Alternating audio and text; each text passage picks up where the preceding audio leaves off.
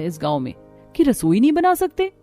लक्ष्मी, ये श्राप पीढ़ियों से चल रहा है। जो काका पूरे गांव को खाना खिलाते थे ये केवल वही जानते हैं। लक्ष्मी पूरी कहानी जानने के लिए काका के पास आती है, जिसकी उम्र 90 के पार थी। दाढ़ी पकी हुई थी, माथे से अनुभवी जैसे दिखते थे। बाबा, मुझे बताइए, हमारा गांव बिना रसोई के क्यों है? खेत खलिहान में अन्न क्यों नहीं होता? सारी जमीन बंजर है, आखिर क्यों? मेरे पापा की सजा मेरा पूरा गांव भोग रहा है।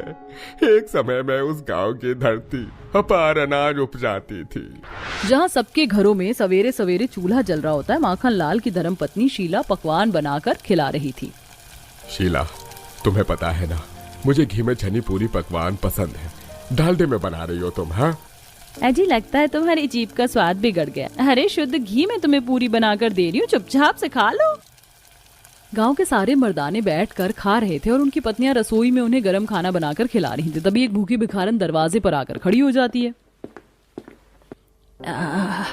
कितनी बढ़िया शुद्ध घी की पूरी की महक आ रही है बेटा।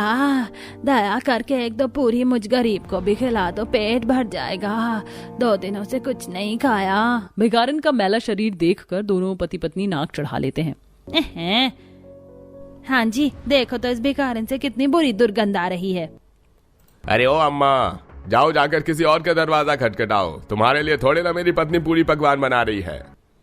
मुखिया के घर में अन्न की कोई भी घटी नहीं होती, लेकिन इसके बावजूद भी वो जरा भी दया नहीं दिखाता और दुत्कार कर भगा देता है। गांव के बाकी लोग भी ऐसा ही करते हैं, जिसके चलते भिखारिन अन्नपूर्णा देवी बन जाती है।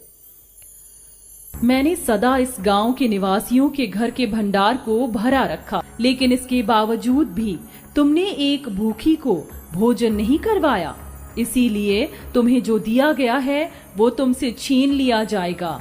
आज के बाद इस गांव में किसी के आंगन में रसोई नहीं रहेगी। तुम पसीना बहाओगे, लेकिन जमीन तुम्हें उपज नहीं देगी। तुम और तुम्हारे आने वाले बाल बच्चों की इसी तरह से मांगकर आधा पेट खाना होगा। यही मेरा श्राप है, क्योंकि तुम सब के सब स्वार्थी हो।